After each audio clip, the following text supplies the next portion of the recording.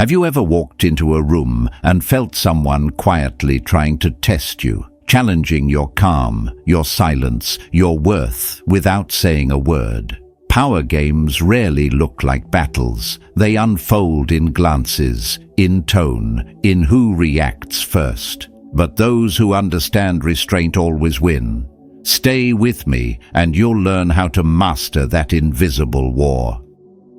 As we step into the first rule, picture this: a crowded room where voices clash like waves in a storm. Everyone wants to be heard. Everyone wants control, but only one person holds true power, the one who doesn't need to prove it. Power plays are born not in action, but in reaction. They begin the moment you lose control of your own frame.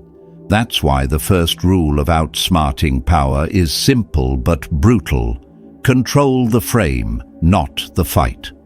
Now imagine someone challenges you in public. A sharp remark, a dismissive tone, a smirk that tests your composure. Your instinct rises to defend, to explain, to strike back. That's the trap. The Stoics called this the moment of testing, the instant where you decide whether you are master or servant of your emotions. Marcus Aurelius wrote, "You have power over your mind, not outside events. Realize this, and you will find strength. In that small space between the spark and your reaction lies everything. Dignity, clarity, victory." When you react fast, you let the other person set the temperature of the room. You hand them the frame. But when you pause, when you look at them with calm eyes and steady breath, you shift the gravity. They expect your fire. Instead, they meet stillness. And that stillness unnerves them more than any sharp word ever could. I've seen this truth play out more than once. Years ago, I watched a man of quiet strength handle a superior who publicly mocked him during a meeting. Everyone expected him to push back or storm out. Instead, he waited. He simply said, "I'll think about that," and wrote something down.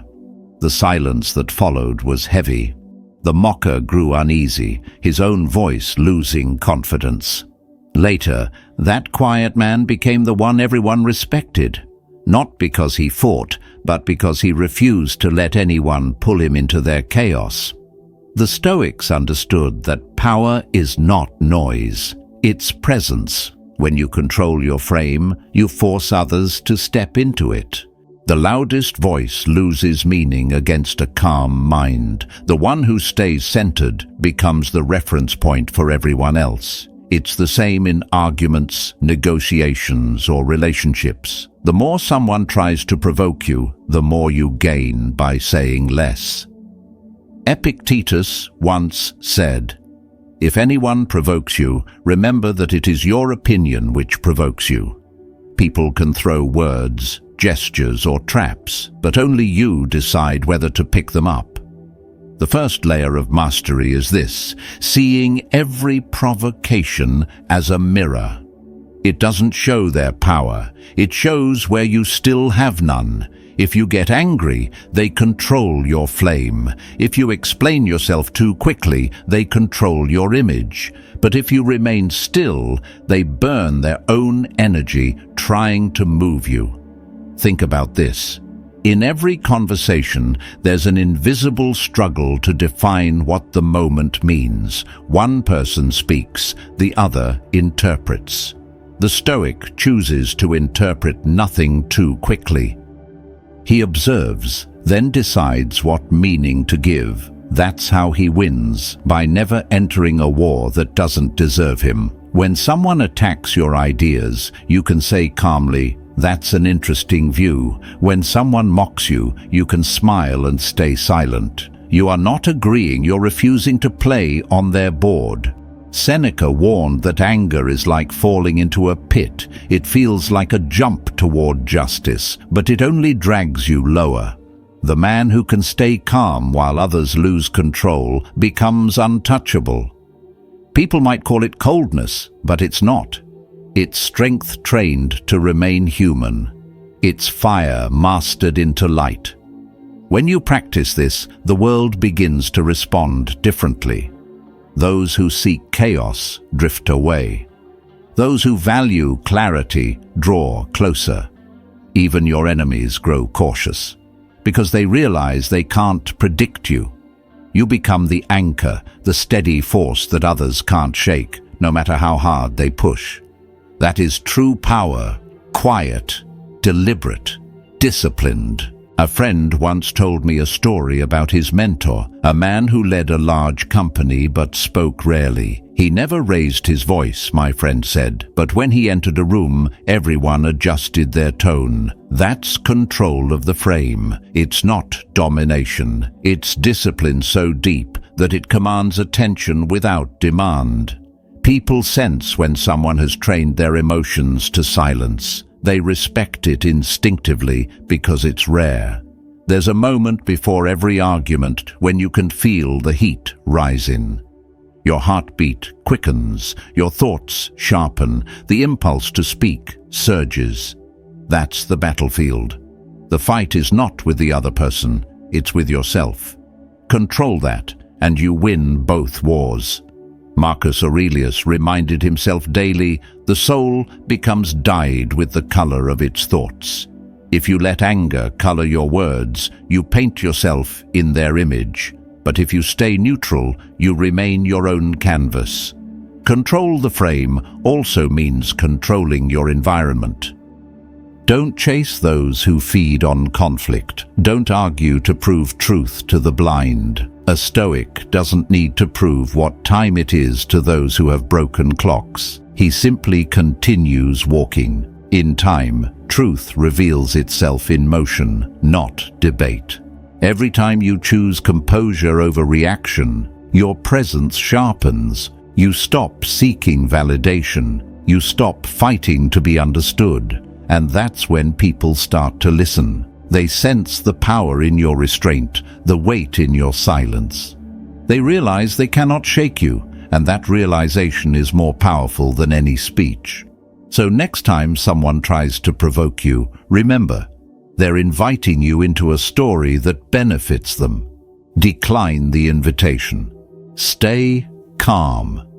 Hold your ground without noise. In doing so, you shift from being a piece on their board to becoming the one who holds the board itself. Don't fight for control, embody it. The less you react, the more they reveal. That's where victory begins, because the one who doesn't need to prove power already has it. And as we move forward, you'll see how silence, observation, and detachment become your greatest weapons. This is where the art of winning without force begins to unfold. Moving into the second rule, the noise of the world begins to fade, and what remains is silence, heavy, deliberate, unnerving.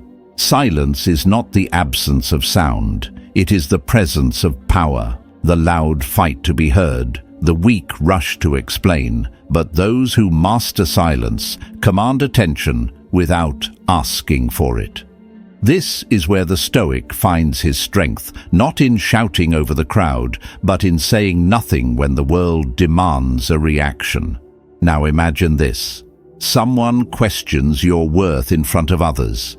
Their words sharp, their tone dripping with mockery. All eyes turn to you, expecting a counterattack. The air thickens. You can feel the fire in your chest, begging to be released. But instead of speaking, you pause. You meet their gaze, steady and calm. The silence stretches longer than anyone expects. That pause, the refusal to dance to their rhythm, breaks their confidence. Their words echo, but they lose weight. Because silence, when held with intent, becomes the loudest response in the room. Seneca once said, "Silence is a lesson learned from suffering." He understood that silence isn't passive, it's forged in restraint, tested in humiliation, and refined in wisdom.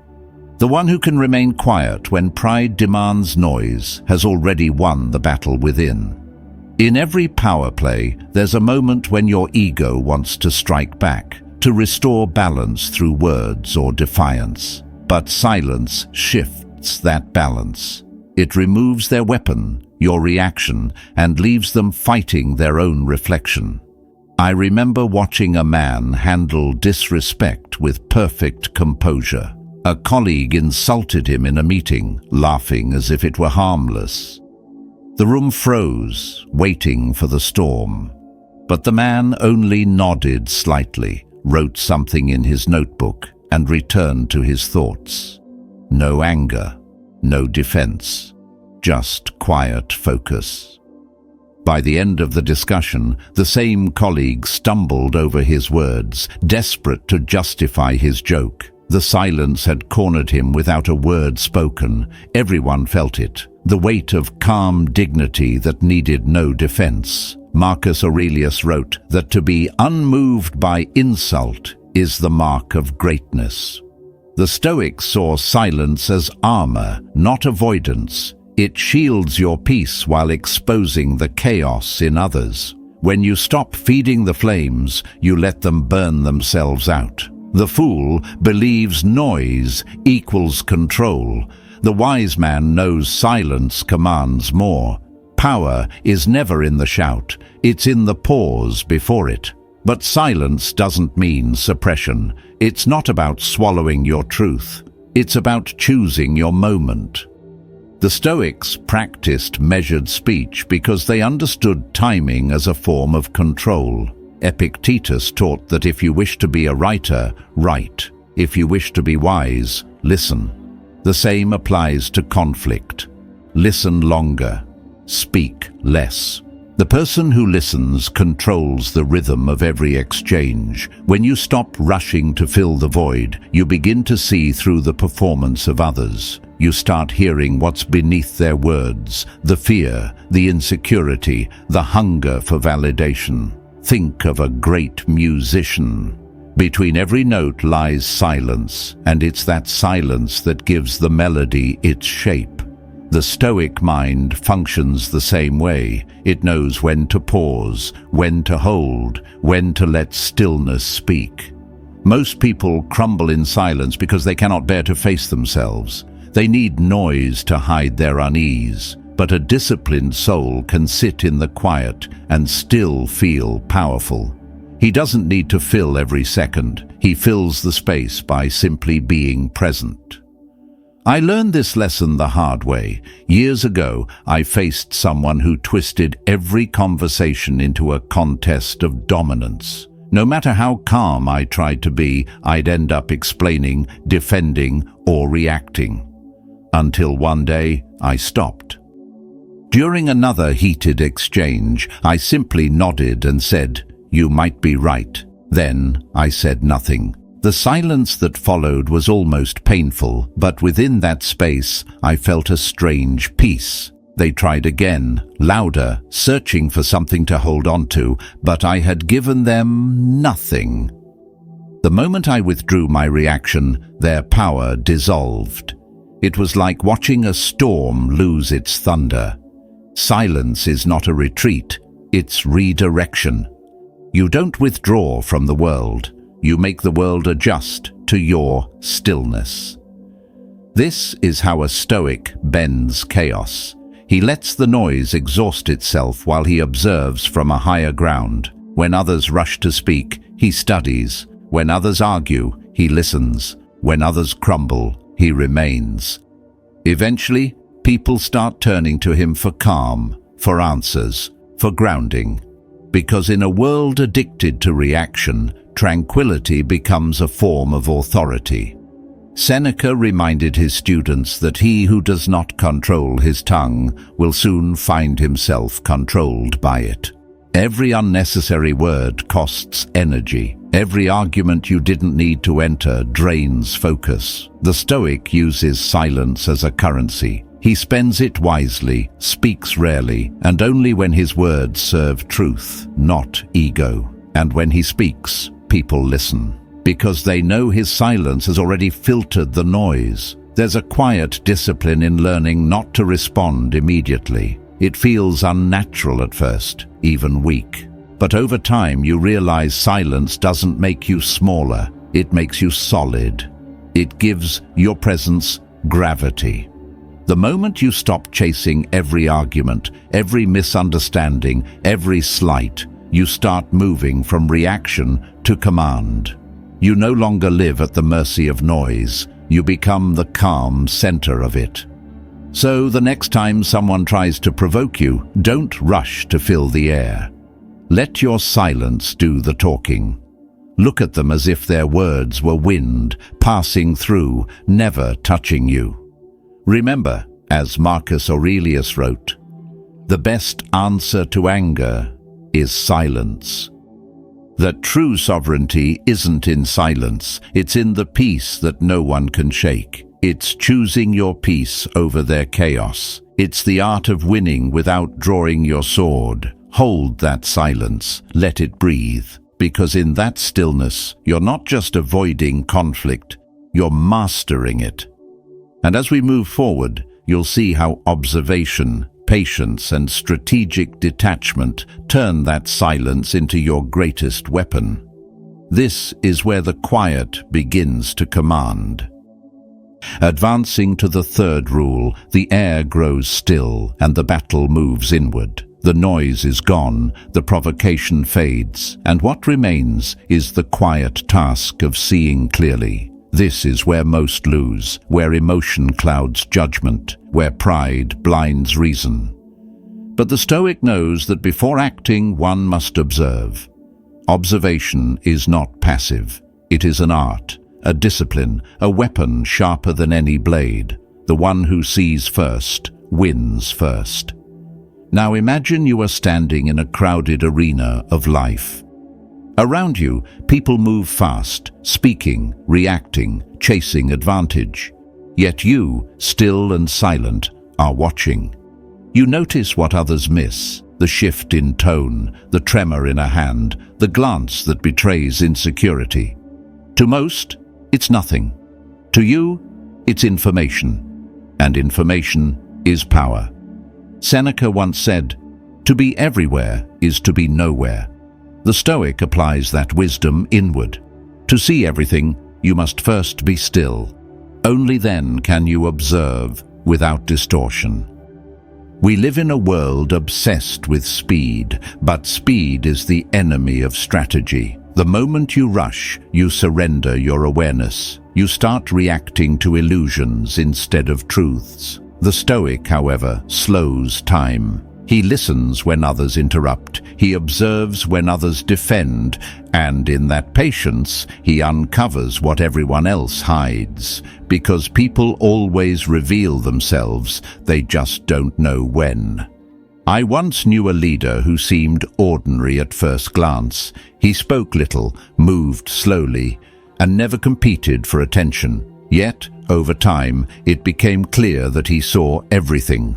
When conflicts arose, he didn't rush to take sides. He watched. When others tried to manipulate, he let them speak. Weeks later, he would make one quiet decision, and it was always the right one. Not because he had power, but because he had perspective. Observation gave him precision, and precision gave him control. Epictetus warned his students that we have 2 ears and 1 mouth, so that we may listen twice as much as we speak. Observation begins with humility. The humility to admit that you do not know everything, that you cannot control others, but you can always study them. The manipulator relies on your blindness. They count on you reacting before you've seen the full picture. But once you begin to watch rather than react, their game collapses. They cannot manipulate someone who refuses to move. Think of observation as a shield of light. It doesn't strike, it exposes. Every word, every gesture, every inconsistency reveals a truth about those who seek control. They might try to appear confident, but their impatience gives them away. They might speak of loyalty, but their eyes wander when you speak. The Stoic sees these signals not to judge, but to understand. He learns the nature of others so that he can respond, not with emotion, but with wisdom. There's a certain kind of strength that comes from knowing when to stay still. Marcus Aurelius often reminded himself to wait for the right moment, as nature waits for the harvest. You cannot rush clarity. Just as the sea settles after a storm, truth emerges when the surface quiets. The Stoic learns to delay judgment until the noise dies down. In that stillness, reality speaks plainly. Observation also means studying yourself. The world is a mirror. Every reaction you have tells you something about who you are. When someone provokes you and you feel your chest tighten, ask yourself, why? What wound are they touching? The Stoics didn't seek to control others. They sought to understand themselves so deeply that no one else could use them against their own nature. The more you know your triggers, the fewer weapons your enemies possess. I once sat across from a man who insulted me deliberately. He wanted a reaction, a sign of weakness, a spark to ignite his control. But instead of answering, I watched. I noticed how his voice trembled at the edges, how his hand tapped the table. That was not confidence, it was desperation. He needed me to move so he could feel steady. When I stayed silent, his control broke. That's when I realized observation doesn't just reveal others, it frees you from them. Observation also teaches timing. The Stoics called it kairos, the right moment. Not every truth must be spoken, not every move must be made. The wise man observes long enough to strike when silence has softened resistance. When you wait, others expose their intent. When you rush, you expose yours. The observer lets time work for him. Like a sculptor, he removes only what doesn't belong. Every action is deliberate, every word measured. That is how quiet minds bend loud worlds. Seneca wrote, "The greatest remedy for anger is delay." Observation is that delay, the gap between provocation and decision. It's not cowardice, it's clarity. It's how you turn chaos into order, and when you finally act, your move is unstoppable because it's grounded in understanding, not impulse. Remember this, manipulation thrives in confusion. When you observe, you remove confusion. When you see clearly, you stop being a target. The manipulator's tricks lose their edge because you no longer play blindly. You see their need for validation, their hunger for control, their fragile ego behind the mask. And once you see it, you're free from it. Observation transforms you from participant to master of the field. There's a quiet satisfaction in watching rather than reacting. It's not about detachment, it's about discipline. You become like water, reflecting everything yet disturbed by nothing. People may call it distance, but it's actually depth. You're no longer tossed by waves, you're the tide beneath them. That's how a Stoic moves, unseen, unshaken, always aware. So next time someone plays their little game of dominance, don't rush to defend yourself. Watch. Let them reveal their patterns, their pride, their weakness, because what they show you in haste will always betray what they try to hide in strength. The moment you choose to see before acting, you shift from being the hunted to the one who writes the rules of the hunt.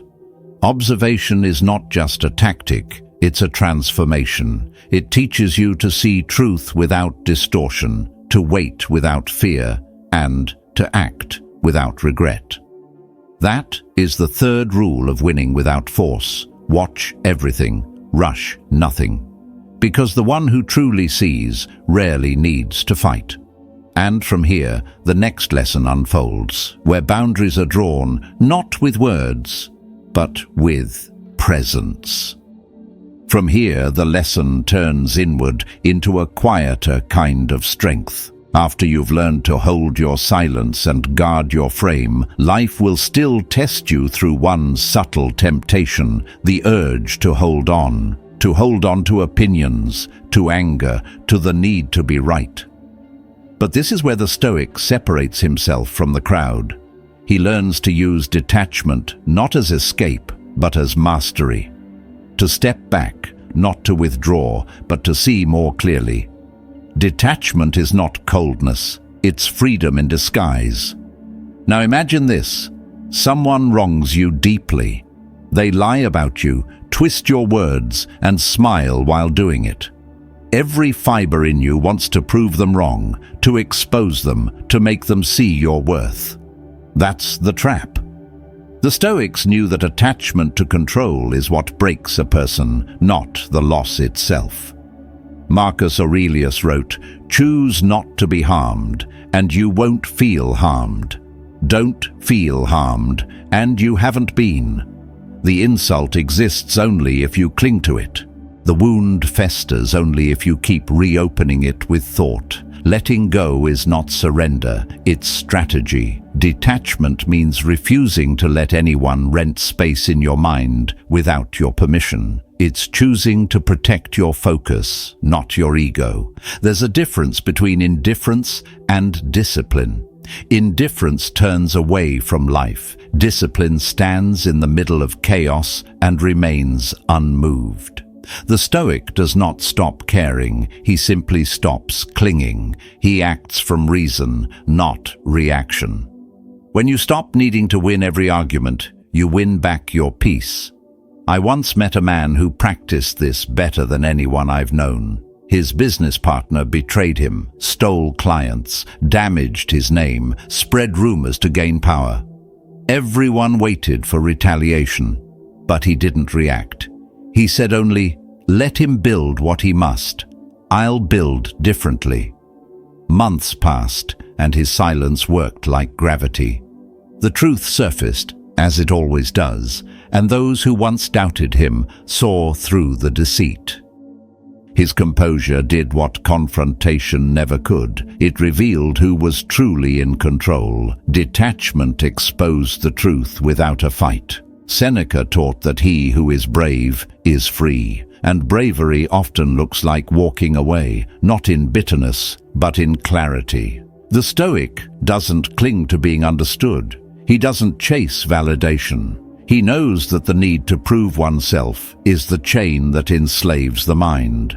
Detachment breaks that chain. It says, I release what isn't mine to control. I invest my energy where it can grow, not where it can drown. When you practice detachment, life stops feeling like a series of personal attacks. You stop taking everything so seriously, and you start moving with precision. You no longer fight the storm. You learn to navigate through it. Epictetus reminded his students, when you are offended at any man's fault, turn to yourself and study your own failings.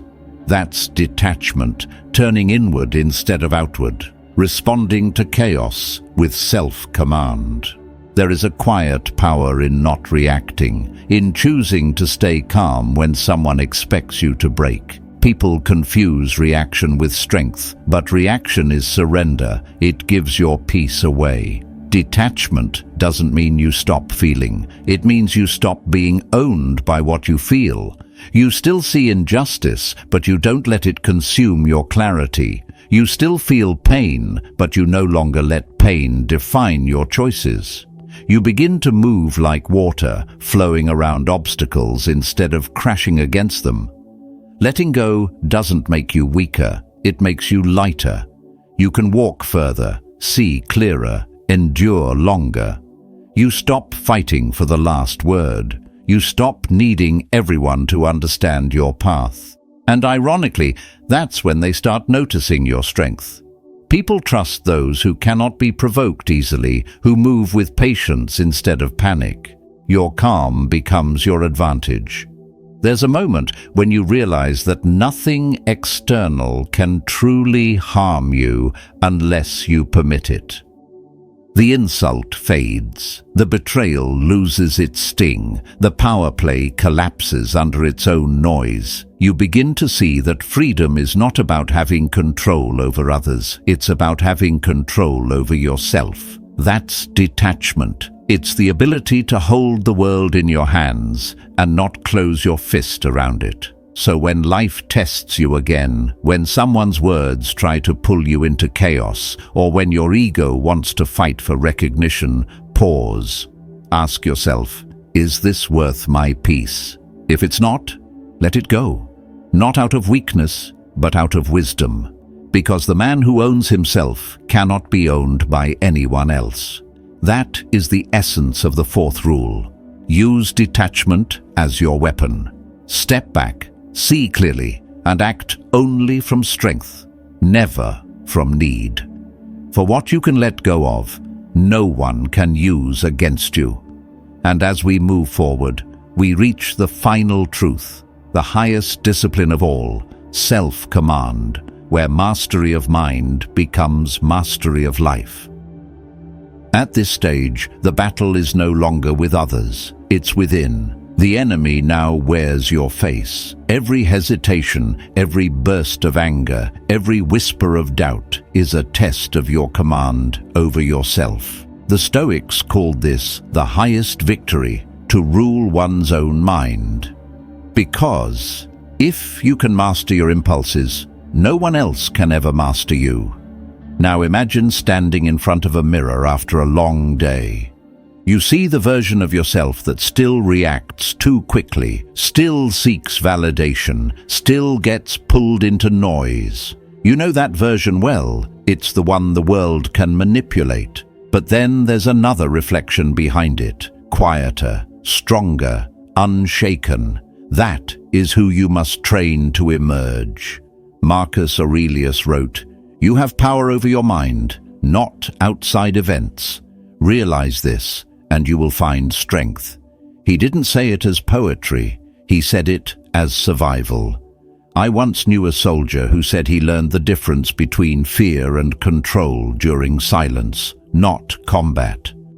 Out there, he said, if you panic, you die. If you breathe, you think. And when you think, you win. That's stoicism in motion. Your breath becomes your sword, your discipline your shield. When the mind obeys reason, chaos loses its grip. Mastering yourself doesn't mean you stop feeling. It means you stop being owned by what you feel. The Stoic doesn't suppress emotion, he commands it. Anger becomes energy, fear becomes awareness, pain becomes wisdom. Every challenge becomes a chance to practice control. Every setback becomes training. When you can stay calm in insult, focused in distraction, humble in success, you become untouchable.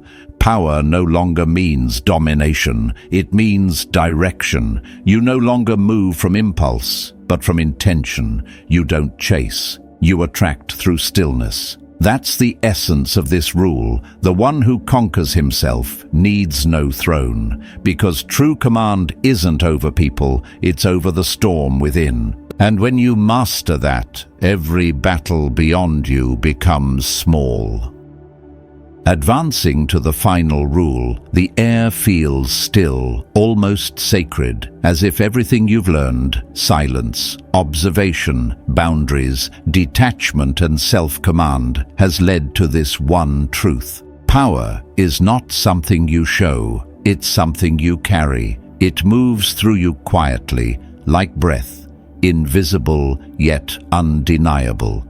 The Stoic doesn't chase influence. He becomes influence, and this is where you learn to win without force, not through domination, but through presence.